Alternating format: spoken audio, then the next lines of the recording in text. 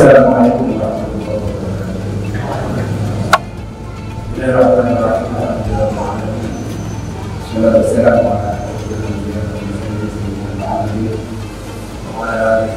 Assalamualaikum yang saya hormati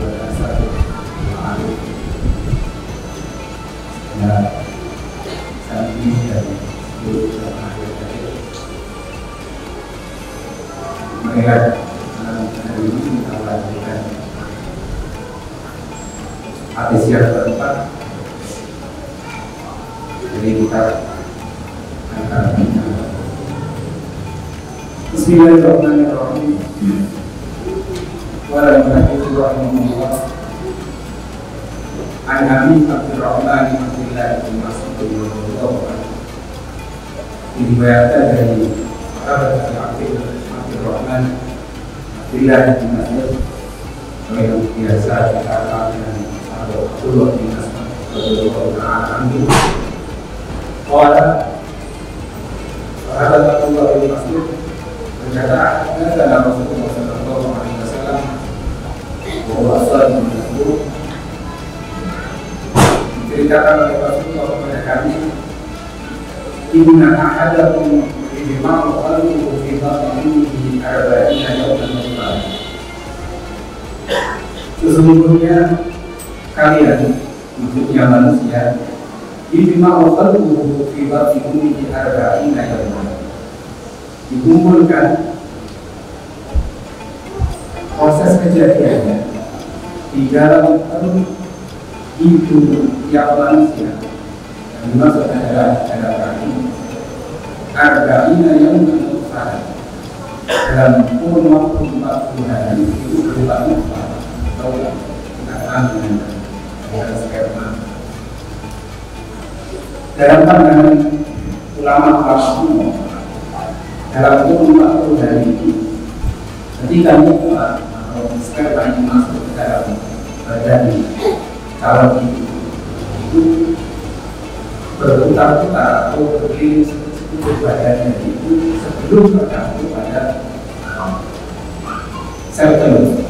Itu pendapat umum. Akan kami pendapat ini tidak diambil atau ditolak oleh keilmuan kedokteran yang besar. Semua yang mu'amal pada keadaan.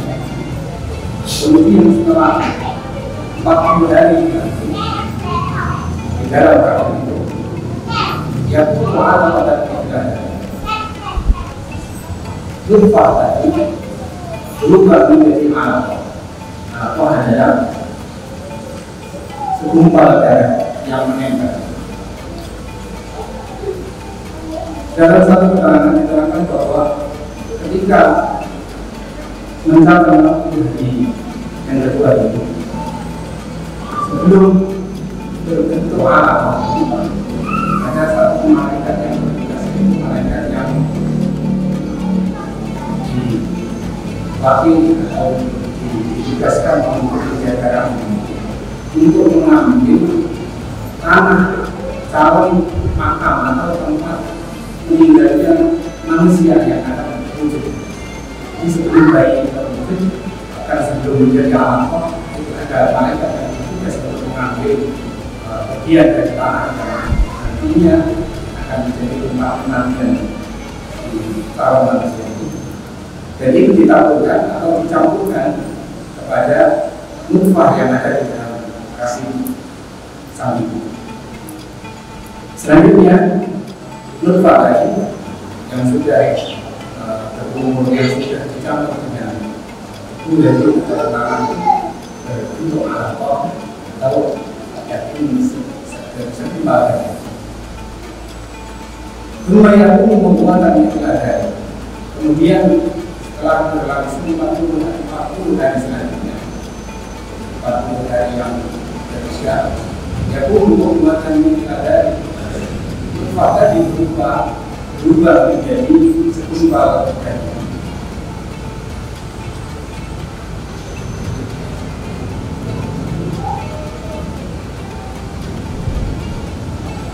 Semua yang selalu baru, saya mungkin ketika orang sudah berubah menjadi sekumpal, jadi dari situ terdapat proses pembentukan dan lain-lain di tahap pertama. Maka yursal malaikat yang dipasrahi menjaga Nabi itu diperintahkan oleh Allah untuk meniupkan roh. Fayunfakhu fihi roh, maka ditiupkan roh. Dalam ayat lain dijelaskan bahwa roh ini ditiupkan dari tengah kepala atau bisa kita sebut hidung. Nah, di situ juga diterangkan bahwa nantinya hidung tadi atau tengah kepala itu adalah tempat keluarnya roh. Dan anggota badan yang pertama kali merasakan kehadiran roh ini adalah mata. Begitu juga dalam keterangan riwayat tersebut bahwa nanti ketika nyawa dicabut itu yang terakhir kali anggota badan yang hidup masih beraktivitas adalah mata.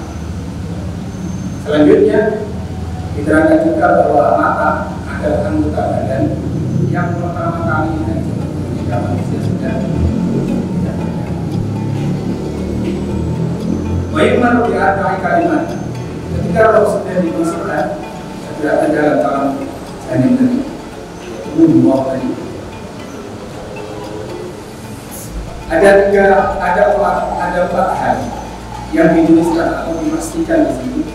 Yang pertama bukan di malaikat al-muwakkal bil-ruh dari rahim tadi itu menuliskan tentang perihal rezeki dari calon manusia ini.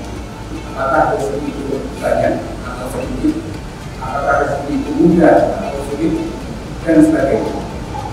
Rezeki bisa dimaknai bukan hanya rezeki yang berbeda seperti yang kita makan atau yang lainnya, termasuk juga rezeki ini adalah rezeki yang berbeda seperti adanya ilmu yang masuk kepada kita, juga hal-hal yang lain yang berbentuk tadi.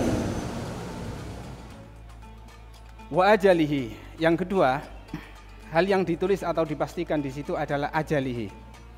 Kapan ajal itu akan datang? Kapan ajal itu ditentukan? Termasuk di mana? Wa amalihi, juga pada saat itu Allah juga mengutus untuk menulis tentang amal yang akan dikerjakan, apapun yang akan dikerjakan oleh si calon manusia ini. Kemudian yang terakhir, wasyaqiyun am sa'idun. Pada saat itu, pada saat ketika kita atau semua manusia berbentuk mudghah atau segumpal daging ini, kita sudah dipastikan oleh Allah, ditulis oleh malaikat, termasuk orang yang syaqi, orang yang celaka, am sa'idun, atau orang yang beruntung atau berbahagia. Fawalladhi la ilaha ghairuhu inna ahadakum la ya'malu bi'amali ahli jannah hatta ma yakunu bainahu wa bainaha illa dira'un fayasbiqu alaihi alkitab fayamalu bi'amali ahli an-nar fayadkhuluha. Bahkan ketika ada seorang manusia mempunyai amalan-amalan yang sebenarnya terhitung sebagai amalan-amalan ahli surga, amalan-amalannya terhitung baik, dia termasuk orang yang ahli ibadah umpamanya, akan tetapi tulisan yang telah ditulis waktu dia berbentuk mudghah dulu tidak seperti itu. Artinya sebaliknya, dia termasuk orang yang syaqi. Meskipun digambarkan dalam hadis ini, meskipun seseorang itu seumpama dengan amalnya yang baik itu sudah mendekati surga tinggal satu jengkal saja, akan tetapi takdirnya bukan itu. Fayamalu bi amali ahli nar fayadkhulaha. meskipun sudah sedekat itu dengan surga, akan tetapi Allah mentakdirkan dia akan melakukan amalan ahli neraka dan akhirnya dia meninggal sebagai ahli neraka. Na'udzubillah. Wa inna ahadakum la ya'malu bi'amali ahli nar hatta ma yakunu bainahu wa bainaha illa dhira'un fayasbiqu alaihi alkitab fayamalu bi'amali ahli jannah fayadkhulaha. Juga sebaliknya, ketika ada seseorang yang dalam kehidupannya seakan-akan dia adalah ahli neraka karena apa yang dilakukan merupakan gambaran dari kelakuan orang-orang yang seakan-akan dia dipastikan ahli neraka.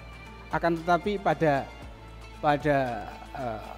catatan yang dicatat oleh malaikat pada waktu dia berbentuk mudghah sebaliknya, maka Allah akan memberikan kesempatan dia untuk melakukan sesuatu yang terhitung sebagai amalan yang baik, sehingga sejelek apapun apa yang telah dilakukan itu terhapus dengan amalannya, selanjutnya dia termasuk ahli surga. Dalam satu kisah dikisahkan ada seorang pemuda yang tergila-gila dengan seorang pemudi. Akan tetapi pemudi ini beragama Nasrani. Pada saat si pemuda ini menjelang meninggal, dia saking cintanya dengan si pemudi ini, dia berangan-angan meskipun sekarang dia belum bisa bersama karena berbeda keyakinan, maka dia ingin bersama nanti di akhirat dengan idolanya ini, dengan pujaannya ini. Maka seketika itu dia menyatakan keluar dari Islam dan menyatakan masuk Nasrani, dan dipastikan dia meninggal dalam keadaan Nasrani. Ternyata si pemudi yang juga menyukai, juga mencintai pemuda ini berangan-angan yang sama, tapi di arah sebaliknya. Karena dia Nasrani, dia beranggapan ingin bersama dengan pemuda tadi nanti di akhirat setelah dia meninggal. Maka sebelum dia meninggal, dia menyatakan masuk Islam supaya dia bersama-sama nanti dengan pemuda ini di kehidupan setelah meninggal. Nah, di situ bisa kita pahami bahwa kita sudah dipastikan, kita sudah punya garis yang jelas bahwa siapa Sa'id, siapa yang syaqi, siapa orang yang beruntung, siapa orang yang celaka. Semoga kita termasuk orang-orang yang beruntung dan keberuntungan ini diberlanjutkan, diteruskan oleh Allah sampai kita meninggal dan sampai setelah kita meninggal. Amin. Amin ya rabbal alamin. Hada minni wabillahi taufiq wal hidayah wa ridha wal inayah. Assalamualaikum warahmatullahi wabarakatuh.